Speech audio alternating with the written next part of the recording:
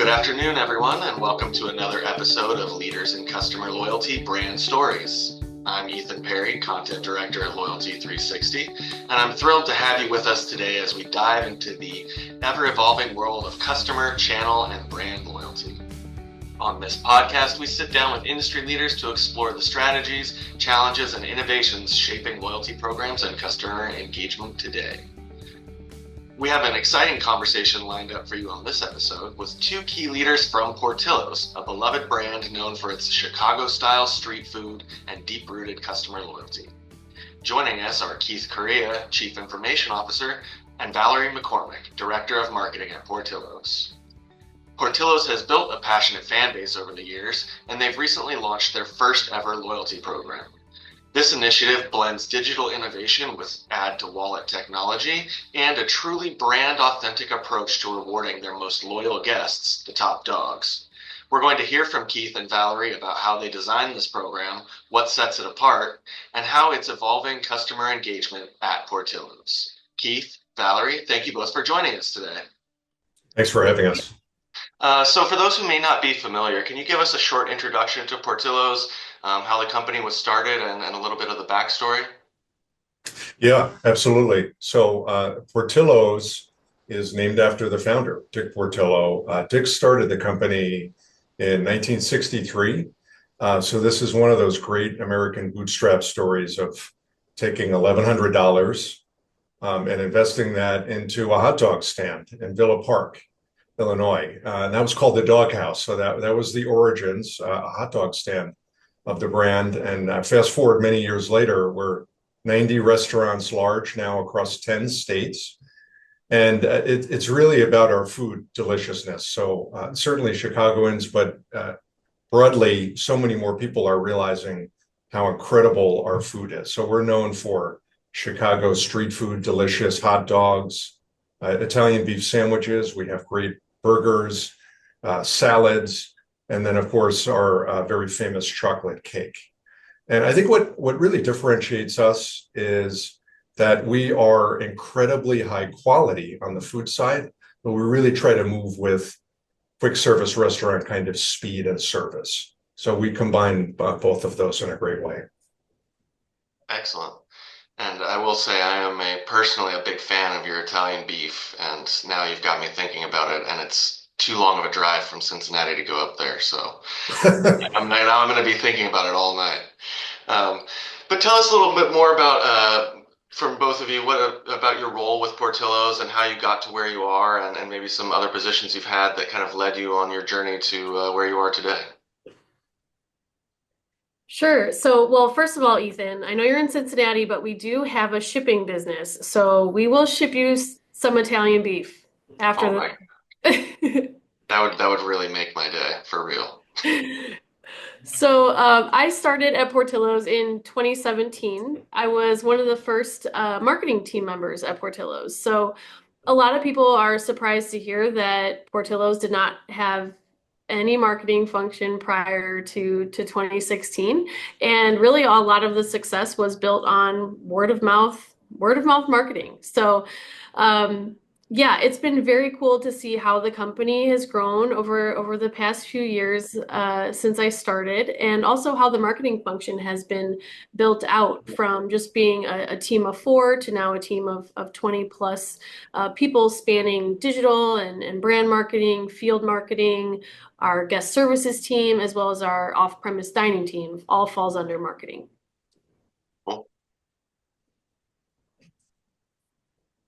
Keith, did you want to add in a little bit about your backstory? Yeah, sure, Ethan. It's actually different than most people who are technologists. I actually have an operations background. So about 3/4 of my career was in field operations and ops services. So I have a background in project management, equipment innovation, operations innovation. And later on in my career, just because operations often got so embedded in the technology stack, making sure that what we were doing as a business really fit the restaurant business if we made technology changes, I wound up pivoting over to technology and ultimately became CIO at 2 different brands.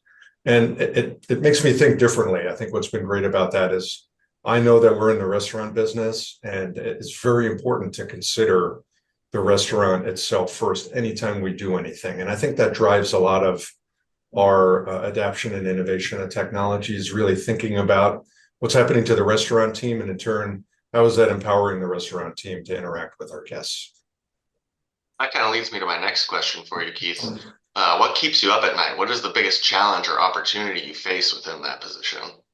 Yeah, that such a great question that our team completely mucks up the operation because we chase a shiny penny for technology implementation, and that's just not a smart thing to do. So I really worry about operational simplicity when we're innovating in the technology space. So if we're going to do anything with the technology stack, it's got to be something that is additive to that team and does not detract from their ability to serve the guests, especially because we do incredibly high volumes. I'm very proud of the number of guests that we can serve. And so the architecture of our technology and doing a great job of being able to do really huge throughput is incredibly important. And that also extends into what we do digitally, that we don't want to complicate the guest experience because we want it to be easy for them to get in and out of our business or order off premise. And so I spend a lot of time worrying about how to do that correctly. Excellent. So we've talked to quite a few folks in the quick service restaurant industry lately, and the restaurant industry in general. And we've heard, that there's a lot of things happening in that industry and a lot of change. How do you perceive your customers changing, and how is Portillo's responding to the challenges of a changing customer base? Well, guests are expecting more personalization in their dining experiences, and that's across all ordering channels. So they're expecting the same ease of ordering, whether they come in through our drive-through, they come inside and order with the cashier, they order from the kiosk or online ordering. They're expecting a personalized and seamless experience. And one way that we're responding to this is through our shift to our digital wallet through our new Portillo's Perks loyalty program. So now guests have their own personalized digital perks card that they can scan and check in for visits. They can redeem their rewards, and it really has created a seamless experience across all channels when using and engaging with the perks program. That's awesome. And we invited you to come on today because we were excited to hear that Portillo's launched their first ever loyalty program. We always love it when a heritage brand joins the loyalty fold. So can you tell us about the details of the new program and what made you decide to go forward with a formal loyalty program? Happy to do that. So we really wanted to do something that was in fact innovative, and we've spent a lot of time our teams, our marketing and IT teams, really trying to think about what is that, in fact, what's a great loyalty program that fits our brand, that would really drive the needle. And so we decided to pursue an appless program, basically to take a program through vendor relationships that's embedded in the phone wallet. And it really felt like if we could do that well, we could somewhat leapfrog some of the concerns that are associated with a conventional app. Apps can be great, but you also have to open them and you have to sign on to them, and it can take time and it adds friction. So what we did is actually built an offer-based program that gives people a wallet sitting in their phone, that has the ability to put really great, compelling offers in that phone that they can easily access. And people have their phones on them all the time, and they're really ready to embrace this kind of approach. And so what we're excited about with our program is that it's going to be visit-based. As they come to visit us, we're going to give them very personalized offers that are compelling for them, that recognize them for those visits and give them an opportunity to get the products that they love. So we're going to make data-driven decisions and really try to make it meaningful to people so that after they visited us, they actually are on their way home or they are at home and they see this great offer and say, wow, I'm so glad I went to Portillo's, and now they're thinking about me and they know me and they're giving me an opportunity to come back and maybe try different menu items or get other personalized offers. And so we're really proud of the membership base we had. I mentioned that we have about 100 restaurants, and we are looking to activate over 1.5 million subscribers through this wallet. And if you think about that number of subscribers relative to locations that we have, it's a pretty impressive number of people that are really going to be in our forum for being able to communicate with them and having a great experience with our platform. Well, that's a lot of users. That's exciting. So can you tell me, what does customer loyalty mean to you and to Portillo's? So customer loyalty, we have always had very loyal customer or guests inside our restaurants. We've created lifelong memories for our guests, and we've made that part of our purpose statement. We've done that through inside our restaurants. People celebrate with us. They come into our restaurants after celebrating a big game.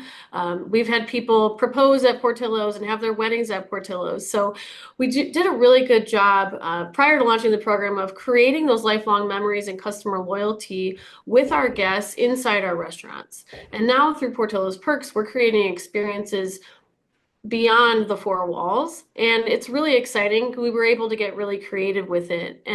For example, part of our program, we have a top dog tier. So those are our most loyal guests, and we surprise them with free merch when they reach the top dog tier. And merch allows us to create positive word of mouth marketing and brand advocacy beyond just discounting food to our loyal fans. Awesome. And so how does the loyalty program and the process fit into the vision that you have for loyalty? Yeah, so that's a great question, Ethan. And loyalty to us first comes from the interaction that our guests have and the experience they have with our team. So think of this program as leaning forward with an incredible experience, which means that it reduces friction. If you're going to use our wallet, it needs to be easy and simple. On the backside of a really great visit, having a great experience, having engagement with our team members, it doesn't matter how you choose to interact with us, if you're in our drive-through, if you're using our new kiosks. On the backside of that is a personalized effort to communicate with them after the fact and say, thanks for coming, and here's an offer, please come back. And that offer is building on the back of a loyalty transaction, meaning that we gave them a great experience. And this reinforces, you know what, I want to go back. I had a great experience. That's a little bit different than some loyalty programs where it's more of a front-end approach of trying to lure somebody to come back with maybe a frequency play. Hey, come back this many times and we'll give you X. We really want to have it reinforce a great visit, a great experience. And that's really the structure of our program that's a little bit different. Awesome. And so how would you say customer loyalty is prioritized within the organization? Yeah, so it really comes on the back of what I said, which is we make sure that the teams know the first thing we need to do to build loyalty is to drive a great experience. Let's give people great food that's delicious, that's hot when it's supposed to be hot, that's cold when it's supposed to be cold. And let's give people speed and make sure that they enjoy what they're doing. And then make sure our team understands fully what is the loyalty program? How do I encourage people to sign up for Perks? How does a guest use Perks? If somebody is not signed up yet, that I can give them a great experience and incentivize them to sign up. Hey, this is a great program. You should sign up. So it's really embedded in everybody understanding the guest is first, the experience that we deliver is first, and then let's give people the added opportunity to be part of this program and recognize them when they visit us. Excellent. So many brands that are running customer loyalty programs are telling us that their customers are increasingly searching for value. How does your program address that?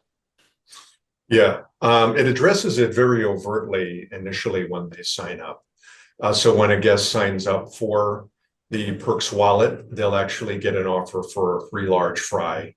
And they can use that as they see fit. So right out of the gate, we want to make sure that people have a really great product. We're really proud of our fries, and we're happy to give that to the guest to come in as a reward for participating in the program. As Val mentioned before, we want to do some unusual things. So for our really engaged guests, people who are visiting us frequently, we want to do really cool stuff like give them brand swag, maybe unique swag that you just wouldn't have anywhere that's almost coveted. Somebody walks out of a location with the swag, or we send it to them and they tell their friends about it. And that connects them to the brand. And that's a form of value to us, which is, okay, that's great. You gave me the free fry, and then you gave me things that are personally relevant to me. And we're building that component of the value perception. And we will at times surprise people with things that might be extremely generous or delightful. When somebody has visited a certain number of times, wow, what a great offer. Maybe we give them an inducement for their whole family to come in and enjoy a meal on us. And that it's really exciting for them, and it's fun for us because we know we're giving them a great experience. And that to us, that's all part of a value proposition. That sounds great.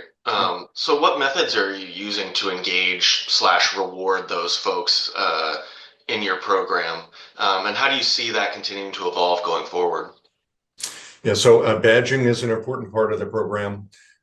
Giving people cool badges that recognize their visit behavior is fun. People will socialize that. We hope that people will snap images of that and put it on social media and talk about how they achieved a badge. That's gamification. So there'll be gamification components in the app where going back to the app is fun because people want to see, how many visits do I have? What did I earn? What could they talk about with friends and others as part of their experience with us? So we'll keep doing things like that. That top dog status is pretty cool. We'll have these elite badge experiences that make people feel special. Those are the types of things we want to do to really drive engagement. That sounds great. And people love to share those badges on social media and hype it up.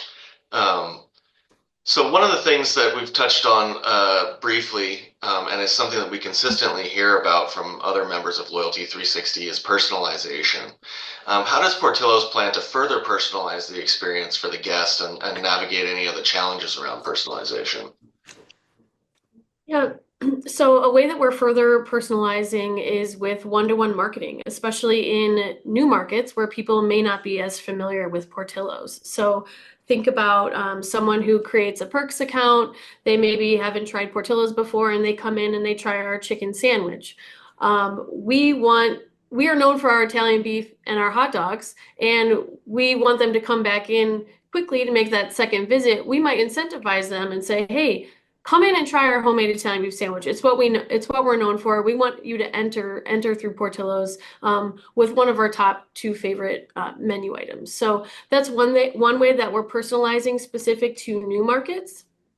And then another tactic we're using is we're gaining insights from our most loyal fans, those top dogs. We're personally reaching out to our top dogs. We've had the program live for 2 weeks now, and we have people in our top who have their top dog card. So our card flips from the generic Perks card to a top dog card where it has a crown with fries sticking out of the crown. It's really cool. We already have fans in who have achieved top dog status. So our loyalty manager is reaching out to those top dogs this week, calling them and just saying, hey, what do you love about being a top dog? What did you like about the program? Did you run into any issues while signing up for the program? And really getting their insights because they are our most valuable guests. So that's another fun tactic that we're using. We're excited to connect with those fans this week. And then obviously we'll send them something special as well for being one of the first top dogs. That's so cool. I'm sure that they're going to love it. So, undertaking starting from scratch for a loyalty program is a big investment in time and energy from you guys. So what specific gaps or challenges in changing customer preference were you aiming to address by, starting from the ground up and building a new loyalty program? Yeah, we really wanted to create a more direct relationship with our fans, just beyond transactions as we were prior to launching Perks. And something that was really important to us was, how do we make it fun and how do we make it uniquely Portillo's? We said, let's ditch the points like Keith mentioned. Let's make it visit-based and let's make it really easy for people to understand. You have your Perks card, you scan with it, you get your rewards, and you achieve more surprises as you visit more. So when we really simplified it, that's what we wanted to do. And we took a lot of guest insights from our current fans to help build that program so that we knew exactly what people were looking for. Awesome. So how does employee engagement and employee advocacy fit into the customer loyalty discussion? Are there ways that your employees are trained or engaged with differently as Portillo's is evolving this new perks program? It's actually a very deliberate part of what we do. And it starts with looking for extremely friendly and passionate people that we hire that are going to be in front of our guests. So we really try to develop a strong baseline of people who are excited to be at the location. And that sets people up naturally for being interested and wanting to support things like loyalty. Then it really is an engagement process. So we actually measure engagement in our business. We talk about how our team members feel like they're part of the Portillo's family. And that really sets people up to get excited about what I mentioned before, which is I'm going to drive a great experience. And then I'm excited to sign people up for the loyalty program. So it really is the basis of everything we do is the kind of people we hire, the way we set them up for success, and that it extends logically into these kinds of programs because people are able to internalize them and then they want to communicate them. And that really drives the whole experience, drives a great transaction with the guest, and then makes it fun later on when we're actually sending offers and messages to the guest. Awesome. So at last year's Loyalty Expo and during our advisory board meetings, we discussed the challenge of engaging younger audiences. Brands right now are often finding that while some surveys show younger customers are interested in X or Y, they actually end up doing A or B. Have you experienced any of these challenges? If so, like how are you addressing it? And have you seen any good results in trying to engage the younger customer base with your program?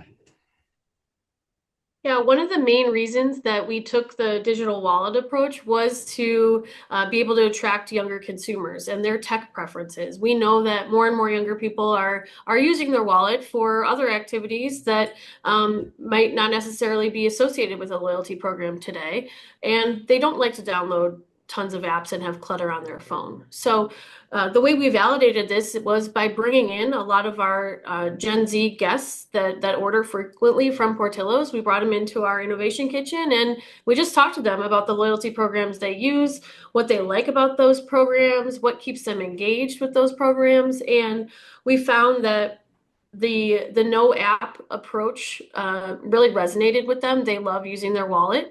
Achievement badges, they love the gamification of achieving badges, and then surprising them with offers was something that was an interest to them as well. So all of that set us up for success in being able to capture a younger audience with this program. Awesome. So another topic that we've been hearing about a lot is emotional loyalty. What does emotional loyalty mean to you and your brand? It's really important to us that, particularly in markets where we're growing, what we call our outer markets, where we're developing the Portillo's brand in Texas and Arizona, we want to drive people's desire to come to Portillo's because they love the food and the experience and they really want to come there. And there can be different reasons why a guest wants to go to different restaurants. Sometimes there's more of a convenience element, or there's other factors that are a priority to the guests. For us, it's really, really important that the person actually has an emotional connection, really an ardent love of the food. I love Portillo's. You can't really buy that, so to speak. So, driving that brand connection is important. Sitting behind that, we can do things with our loyalty program that reinforce that. At the end of the day, though, it's really about they want to come to us. They want to bring their friends and family. They socialize the business. We're really proud of people wanting to go to their place of work or going to social events and talking about having gone to Portillo's that day. That word of mouth is incredibly important. And ultimately, that's going to drive our business. So that emotional loyalty, I know we're talking about a loyalty program. I think it's great to emphasize that that's really the loyalty that we're building is having really being somewhat of a fan of the brand and then wanting to talk about it. Awesome. So what are 2 or 3 things that you're most proud of regarding your customer loyalty efforts? I'll go first. I'm most proud of creating a loyalty program that just authentically reflects our brand personality. It's truly and uniquely different than any other QSR loyalty program right now. And when we went with the wallet approach, we're really using the wallet to its full capability that no one else is doing. The wallet today is part of other brands' bigger loyalty program, but for us, the wallet is our loyalty program, and we're able to have a lot of the same functionality as other programs that are app-based on our Perks card and on the back of the Perks card. So achievement badges, progress towards those badges, offers, and I'm just really proud that the team is leading the way with this program. I would just add that working with teammates, Val, other members of the team, the speed with which we did this, it's actually a catchphrase that I use often, which is this idea of urgency with quality. That, you know, we try to move as fast as we can to do something really great. And this team mobilized very quickly to get this launched because it's important to our business. And thankfully, I think we were able to do it in a way where it was assimilated into the operation. Going back to some earlier comments I made, I'm really proud of the way we've incorporated into the business so that our team members at the restaurant can really focus on delivering great service to the guest. And this is part of the guest experience that works very smoothly. So many things to be proud of in terms of really doing this fast and well. That's great to hear. Well, that brings us to our favorite part of the interview, our quick fire questions. We try and keep this to a one word or short phrase answer. And since we have two of you, I guess we're going to kind of ping pong back and forth between. So, Keith, what word or short phrase do you use to inspire others? Yeah, just actually snuck it in there. So I'll say it again, is the urgency with quality. So we're a fast-paced business. We do a lot of volume. We do things fast and Oh, Val, what is your least favorite word that others use? So mine's a phrase. It's plus up. Keith, what's your favorite food? Yeah, of course, I'm going to tell you it's Portillo's, and it is. But, you know, followed closely by sushi. Nice. Val, what excites you at work? What excites me is bringing awareness of Portillo's to people who have not heard of us yet. Cool. And what do you find tiresome at home or at work? At work, it is any meeting over 1 hour. And I'm sure we can all relate. And at home, it is I have two boys. I have a 10-month-old and a 4-year-old, so they keep me very busy. Nice. Keith, what book do you like to recommend to your colleagues? I just started a book recently by Mel Robbins. It's called Let Them.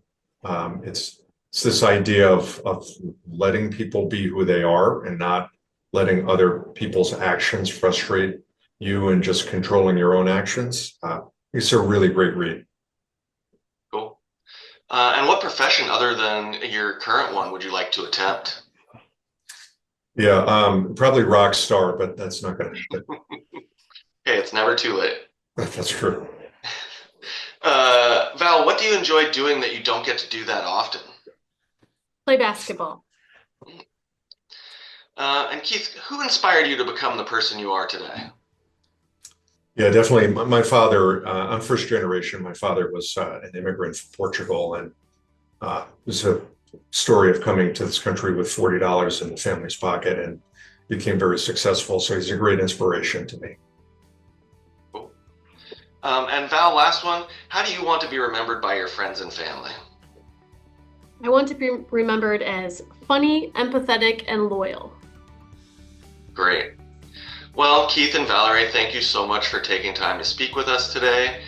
It was a pleasure speaking with you and getting an update on the world of loyalty at Portillo's. We're really excited to see how your program grows and evolves in the future.